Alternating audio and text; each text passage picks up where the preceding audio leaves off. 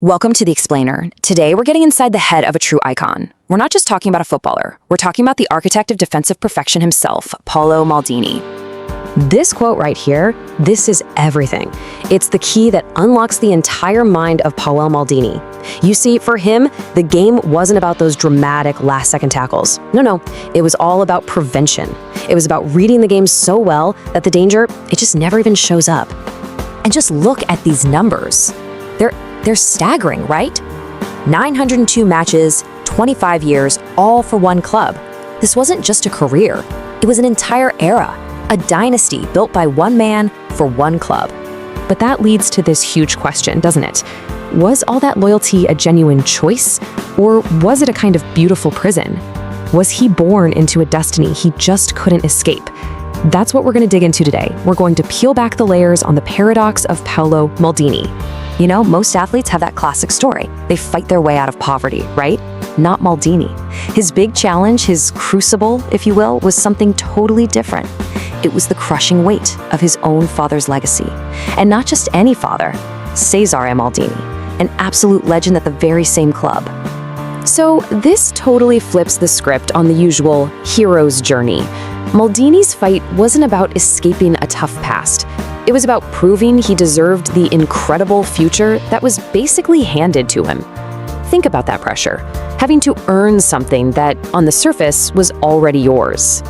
I mean, can you even imagine? He makes his professional debut at 16. 16! At an age where you and I were just trying to figure out who we were, he was already becoming a symbol. His entire youth was spent mastering a job in the public eye, not just being a kid. His identity got completely fused with his role. So, you've got this unique psychological makeup. How does that actually show up on the field? Well, it all comes down to a kind of code, a set of values that led to his almost perfect control. 0. Just let that number sink in for a second. Over 900 professional matches as a defender in some of the highest pressure games you can imagine. And he was never, not once, shown a red card. That's not luck, folks. That is a level of self-control and discipline that is just off the charts. And it all ties back to this beautiful Italian concept, sprezzatura. It's this idea of making incredibly difficult things look easy, almost nonchalant. He wasn't about the flashy, risky plays. He was all about that elegant consistency. He made perfection look, well, effortless.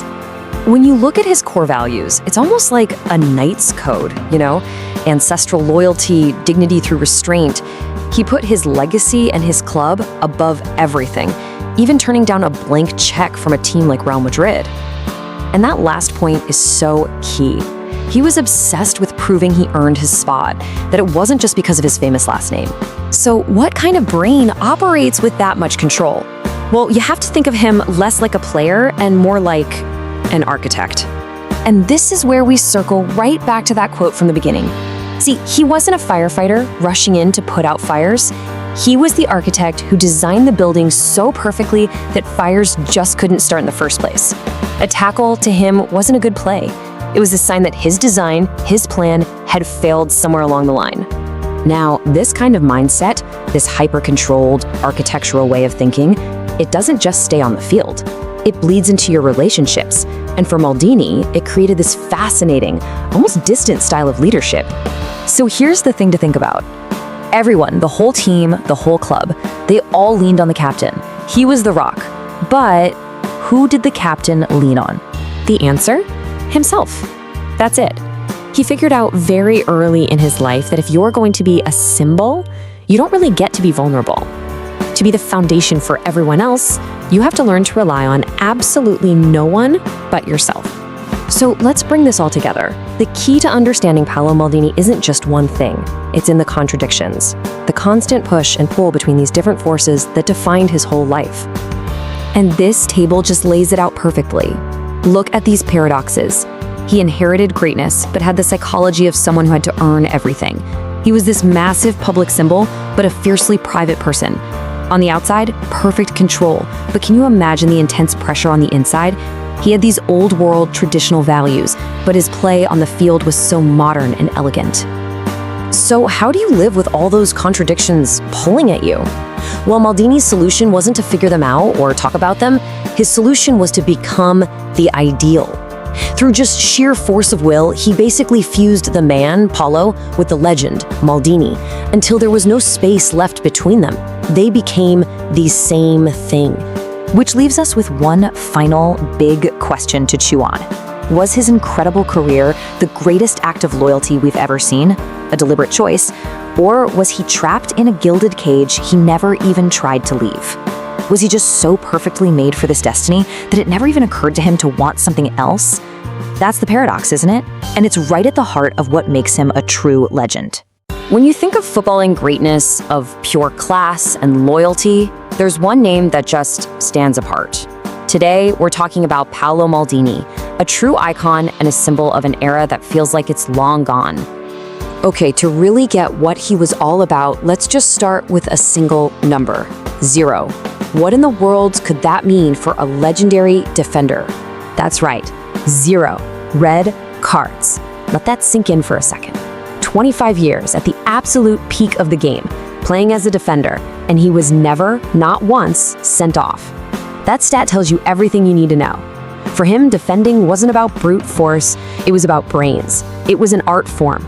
He was always one step ahead, so he never had to make that last-ditch reckless tackle. It's just unbelievable. Now, his whole career was packed with highlights, but to really understand the man, let's actually jump towards the end of his playing days, where he really cemented his place in history. Picture this, it's 2007. He's 38 years old, an age where most pros are long retired or playing in a much slower league. But not Maldini. He's captaining AC Milan in the Champions League final. And who are they playing? Liverpool. The very same team that beat them in that soul-crushing final 2 years before. Well, this time, Milan won. It was the ultimate revenge story and just proved his incredible, almost superhuman longevity. So after that massive high in 2007, he actually kept going for another 2 seasons. His farewell was a huge deal. He played his last home game at the San Siro to a massive standing ovation, even from the away fans, which tells you all you need to know. And then a week later, he finally hung up his boots for good.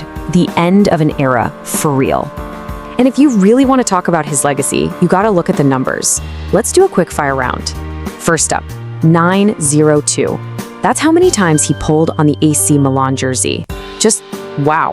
Next, 25. He played for 25 seasons, a quarter of a century. And here's the kicker, all for that one club. That kind of loyalty is something you just don't see anymore. And finally, 26. He wasn't just there for a long time, he was there to win. 26 major trophies, including 5 Champions Leagues. The guy was a serial winner. But here's the thing, the Maldini story is way bigger than just one person. To really get it, you have to understand that we're talking about a genuine footballing dynasty. I mean, this is something straight out of a movie. It started with his father, Cesare, who is a legend and captain for Milan back in the day. Then came Paolo, who took that legacy and became a global superstar. And the story even continued with his own sons, Christian and Daniel, who came up through Milan's youth academy. 3 generations, 1 club. It's just incredible. And this quote just hits the nail on the head. A dying breed. In today's game, with players moving every other season, his career is this massive monument to things like loyalty, dignity, and just pure, consistent class. But wait, his story with Milan wasn't over when he stopped playing. Nope, 9 years later, he came back for Act 2, not with his boots on, but with a suit and a seat in the boardroom. So he returns in 2018 and pretty quickly becomes the technical director. And guess what? He's a natural. He helps rebuild the team, and in 2022, they win their first league title in over a decade. It's a fairy tale return. But then, just a year later, things got messy, and his contract, shockingly, was not renewed. And make no mistake, his impact as a director was huge. He was the architect of that championship team. He had an incredible eye for talent, bringing in guys like Theo Hernandez, Rafael Leal, and Mike Maignan, players who became the absolute core of that title-winning squad. So what on earth went wrong? Well, it seems to be a classic story. On one hand, you have his undeniable success. He built a winning team. But on the other, you have reports of a major clash with the club's new ownership. It was a battle of ideas. His football-first vision versus a more modern, data-heavy financial approach. And in the end, That clash led to his shocking departure. But here's the thing, despite that messy exit from the front office, his legacy, his status as the symbol of that club, well, that's completely untouchable. Let's talk about why. It all goes back to the way he played. It wasn't just defending, it was artistry. He was like a chess master on the pitch, always thinking 2 or 3 moves ahead. That 0 red cards thing, that wasn't luck. It was the result of a philosophy. It was about outsmarting you, not outmuscling you. And beyond the skill, there are these qualities that created what we could call the Maldini standard. This is what people really mean when they talk about him. That incredible loyalty, the total professionalism, the quiet dignity, and how he led by example every single day. And that's really why he means so much, especially now. We live in a world of constant transfers, where players switch clubs like they're changing shirts. His career is this powerful, shining reminder that it wasn't always like this. He is the definition of a one-club man. So I'll leave you with this question to think about. When you look at modern football, with all the money, the agents, the player power, could we ever see a career like Paolo Maldini's again? Was he truly the last of his kind? You know, in football, we're always told that captains have to be these loud, intense warriors. But what if one of the greatest leaders the game has ever seen was the complete opposite? Today, we're going to break down the silent leadership of Paolo Maldini, a guy who commanded absolute respect for 25 years, often without raising his voice. So when you picture a football captain, you probably imagine the myth, right? The loud, chest-thumping general. But the reality of Paolo Maldini was something else entirely.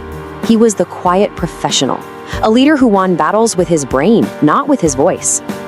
And that brings us to the big question we're here to answer. How on earth did a guy this reserved become one of the most effective and respected captains the sport has ever seen? Okay, so to really get Maldini, you first have to understand the kind of leader he wasn't.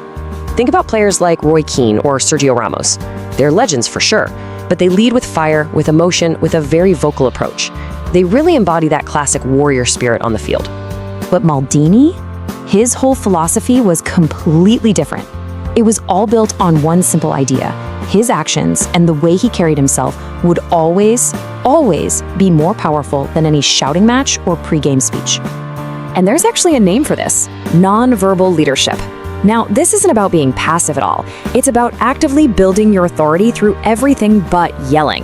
It's leadership that comes from your presence, your performance, and your professionalism. And his toolkit for this was just so subtle, but so powerful.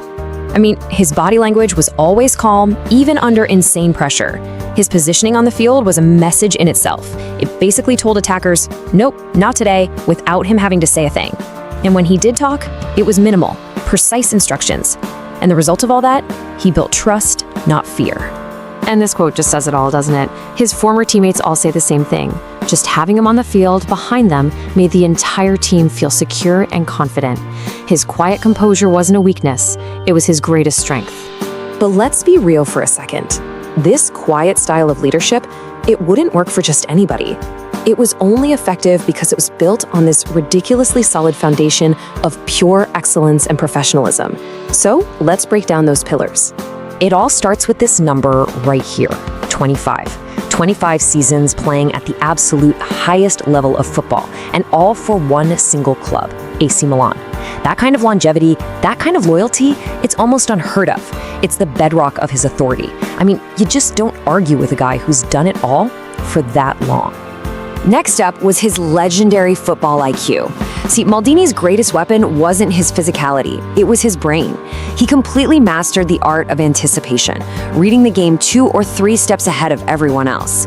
His positioning was so perfect that he rarely even had to make a desperate sliding tackle.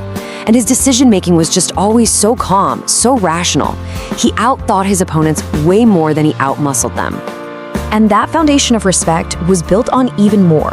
His composure in the biggest games you could imagine, Champions League finals, World Cups, it was just unshakable. He was so technically elegant, never just a brute defender. It was this incredible mix of discipline and loyalty that earned him respect from literally everyone, teammates and rivals alike. Okay, but look, no style is perfect. And to really understand Maldini, we have to look at the trade-offs, because his greatest strength, that incredible composure, was also, in a way, the source of his few weaknesses. So let's put him side by side with that vocal leader again. A captain like Roy Keane could light a fire under a team with an angry speech.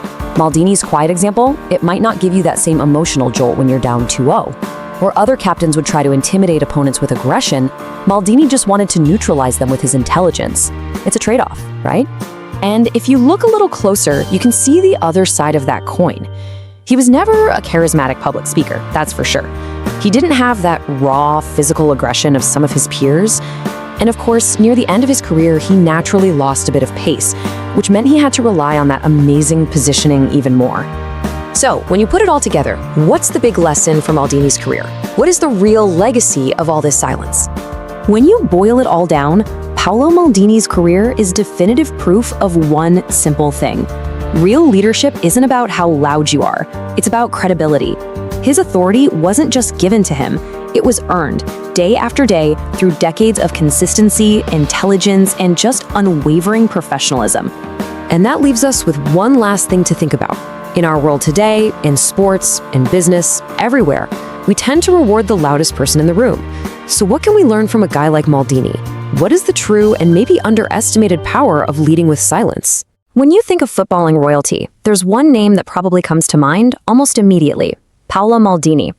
For so many people, he's not just a great defender. They'll tell you he's the greatest defender of all time. And we're kicking things off with this quote because, honestly, it's the key to unlocking his entire philosophy. It sounds totally backward for a defender, right? But this one simple, elegant idea completely changed what it meant to defend at the very highest level. You see, to really understand Paolo Maldini, you first have to understand the name itself. His story didn't just start the first time he put on a pair of boots. No, he was born into a footballing legacy. Just try to imagine the sheer weight of expectation here. His father, Cesare, wasn't just some player. He was a legend in his own right. A captain, a champion. Paolo grew up with this massive shadow hanging over him. And this is what a true footballing dynasty looks like. It's just incredible. 3 generations all playing at the absolute peak of the game. From Cesare's triumph way back in '63 to Paolo's debut as just a teenager, and now to his own son, Daniel, wearing the famous blue of Italy.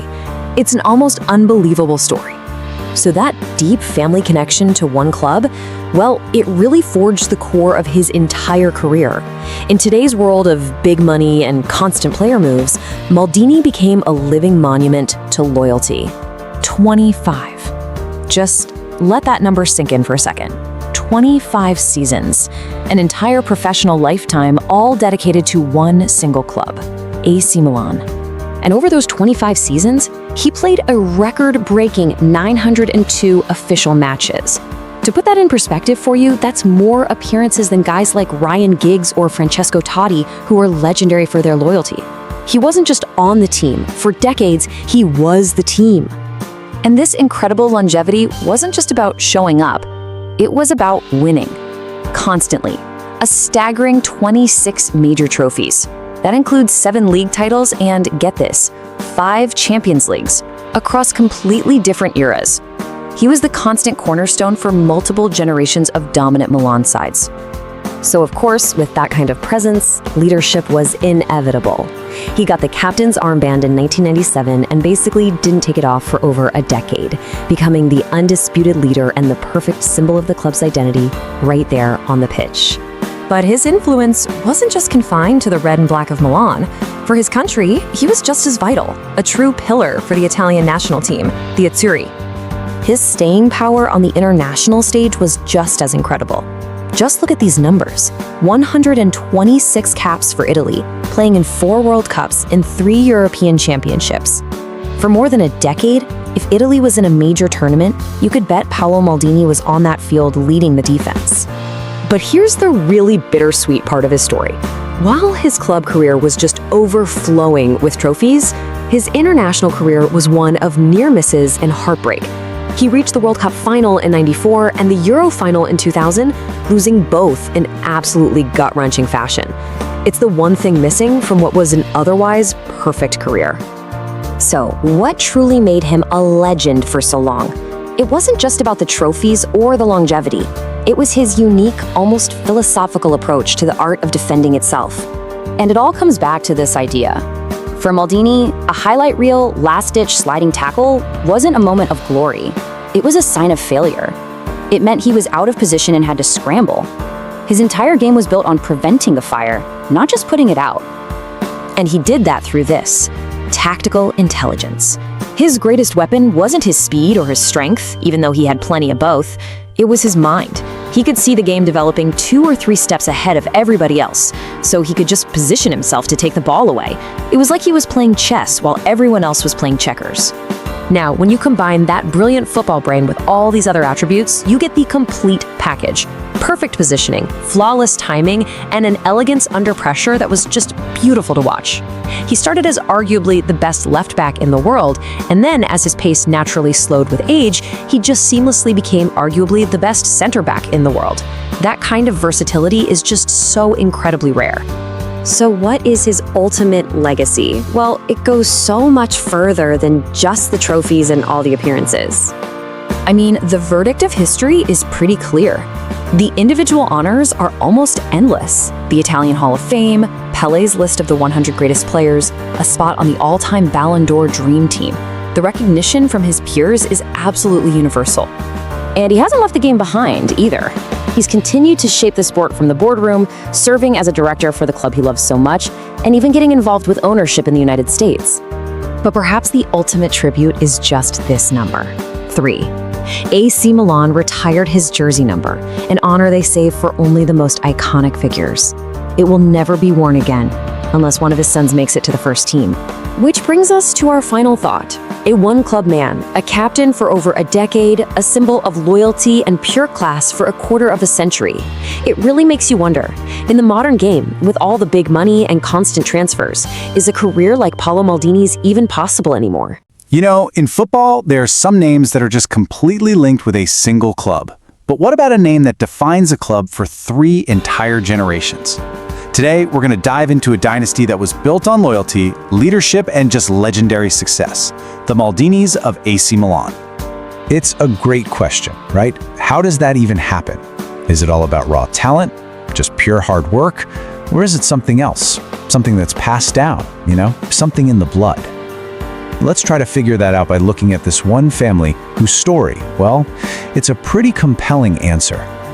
So let's just get right to the good stuff. Because in 2024, something happened that really cemented this family's place in football history forever. It's an achievement that's been, get this, 3 generations in the making. We are talking about a legacy that started with a patriarch, was basically perfected by an icon that is now being carried on by the next generation. This isn't just a story about incredible players, it's the story of a true football family. Okay, so here it is, the big moment. When Daniel Maldini made his debut for Italy in 2024, he completed a family hat trick that has never been seen before. Grandfather, father, and son all playing for their country at the highest level. That's a first in the entire history of the sport. Right, so to really understand how we got to this point, we have to go back to the very beginning, to the man who laid the foundation for everything that was to come. Cesare Maldini wasn't just another player. He was a true leader. As the captain for both AC Milan and for Italy, he made the Maldini name into a symbol of respect and authority in Italian football. He was, quite literally, the foundation of this dynasty. And that, of course, brings us to the man who took that foundation and built a skyscraper on top of it. The absolute icon at the center of this dynasty, Paolo Maldini. 25 seasons. Just let that sink in for a second. In this era of big money transfers, where players are constantly moving clubs, Paolo Maldini spent his entire incredible career with just one club, AC Milan. That kind of loyalty is practically ancient history these days. 902 appearances. That's a club record that, let's be honest, will probably never be broken. It tells you everything about his insane durability, his world-class consistency, and his unwavering commitment. He wasn't just a player for Milan. For a quarter of a century, he was Milan. I mean, just look at this timeline. He starts out as a 16-year-old kid in 1985, and he's still playing at the absolute peak of the sport in 2009 at 41 years old. To put that into perspective, he faced Maradona in his prime and was still on the pitch to play against a young Lionel Messi. His career didn't just span years, it spanned entire footballing eras. And with that kind of longevity, you'd expect success. But this is just ridiculous. Look at this trophy cabinet. 7 Serie A titles, and absolutely incredible 5 Champions League trophies.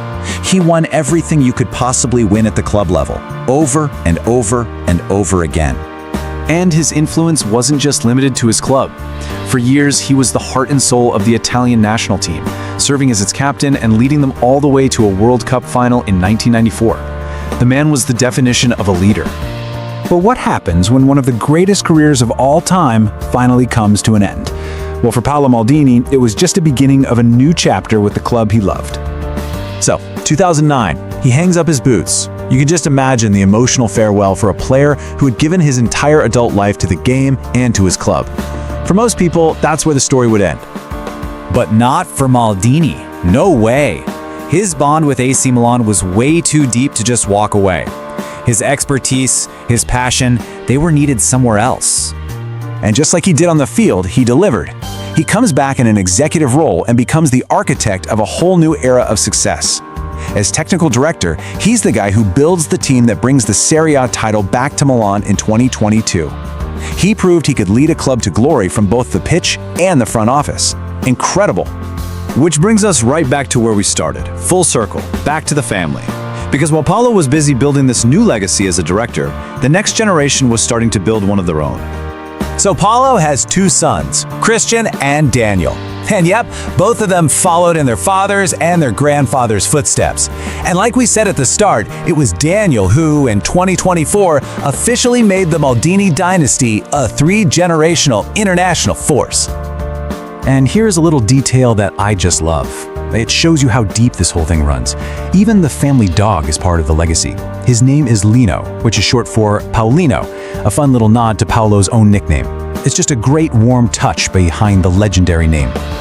So all of that leaves us with one final big thought. 3 generations, all representing their country.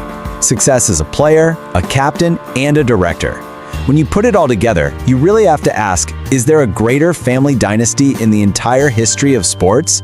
It's really something to think about. When you think of football royalty, true royalty, one name just hits different. Paolo Maldini. For a quarter of a century, the man was AC Milan, but his story, his legacy, it's really a tale of 2 completely different halves.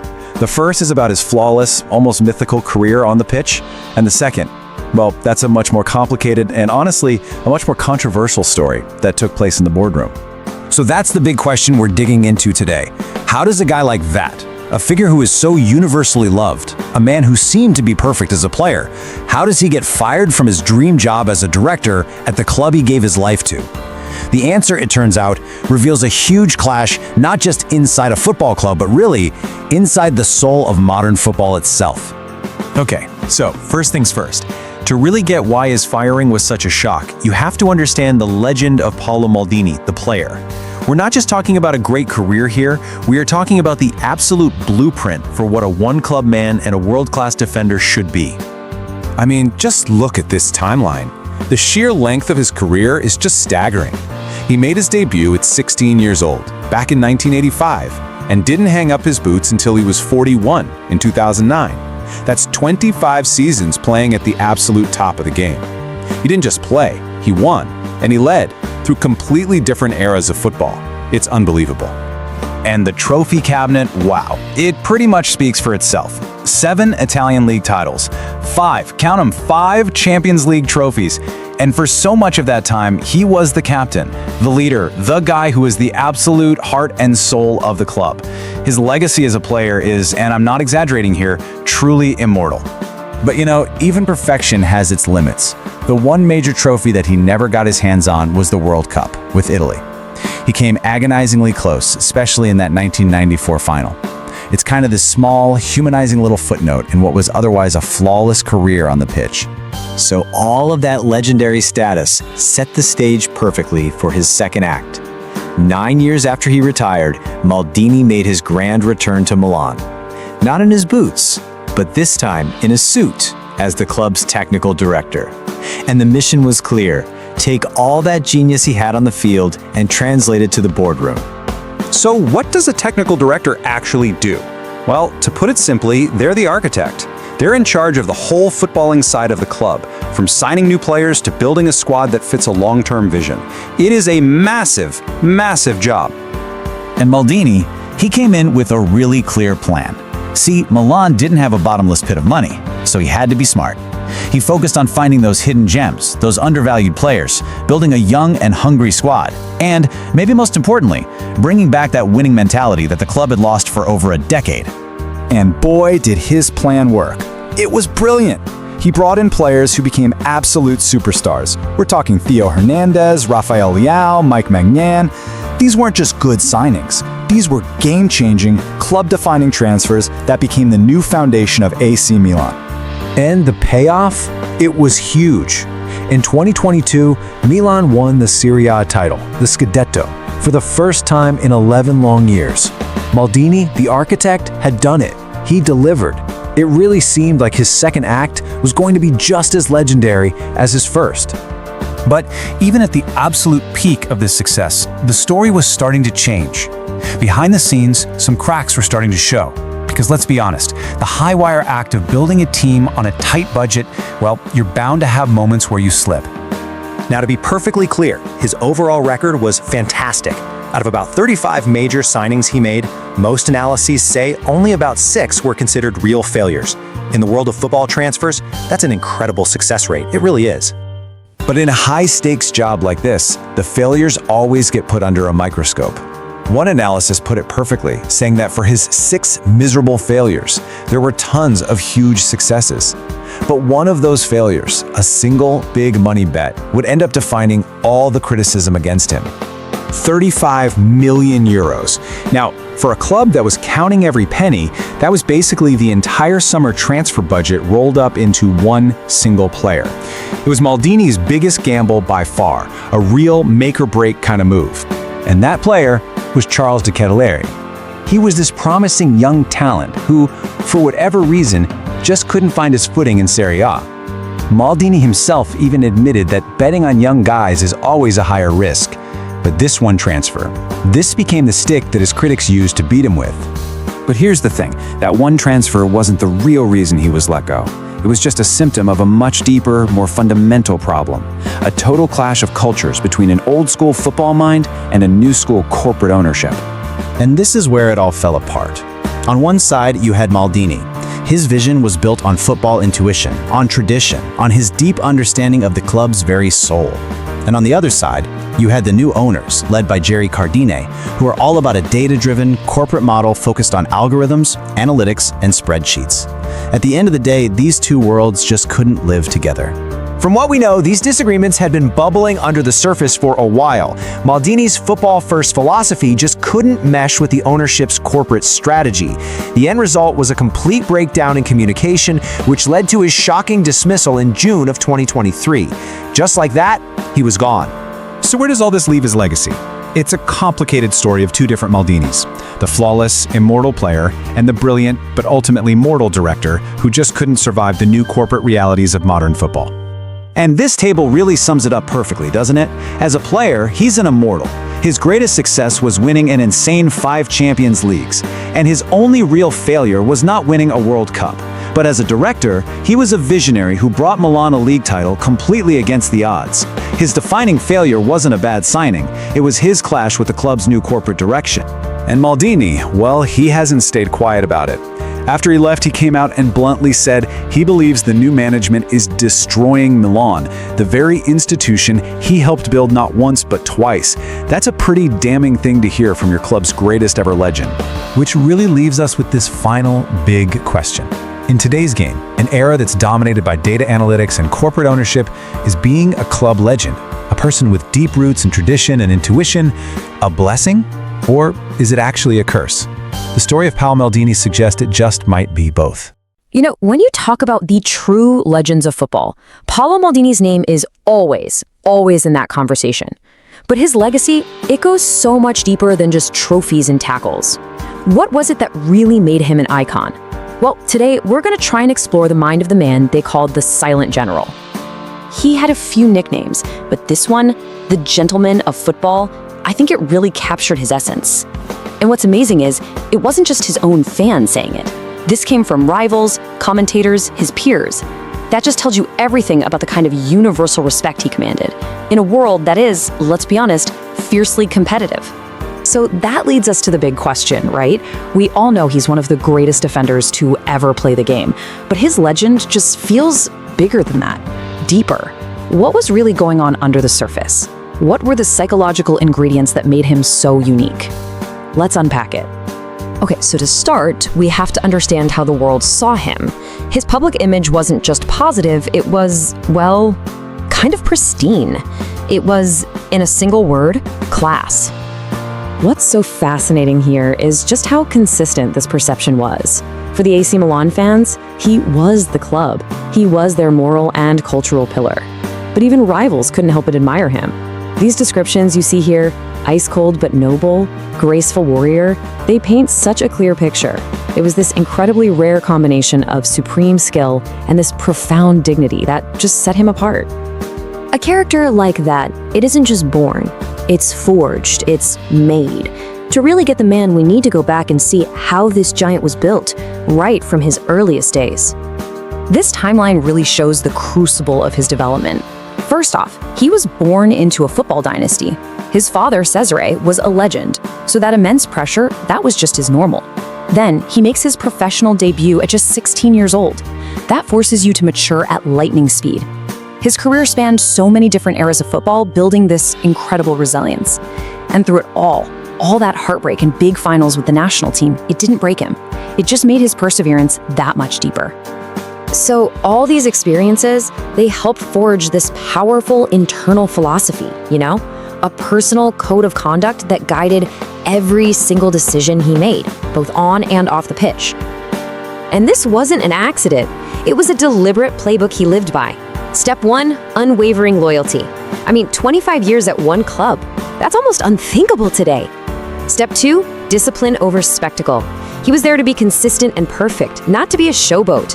Then, dignity. In victory and defeat, he respected everyone, always. And finally, the core principle, the big one, the team. Always came before his own ego.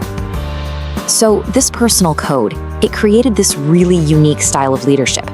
He wasn't the kind of captain who was screaming and shouting from the sidelines. No, he was something else entirely. He was the quiet captain.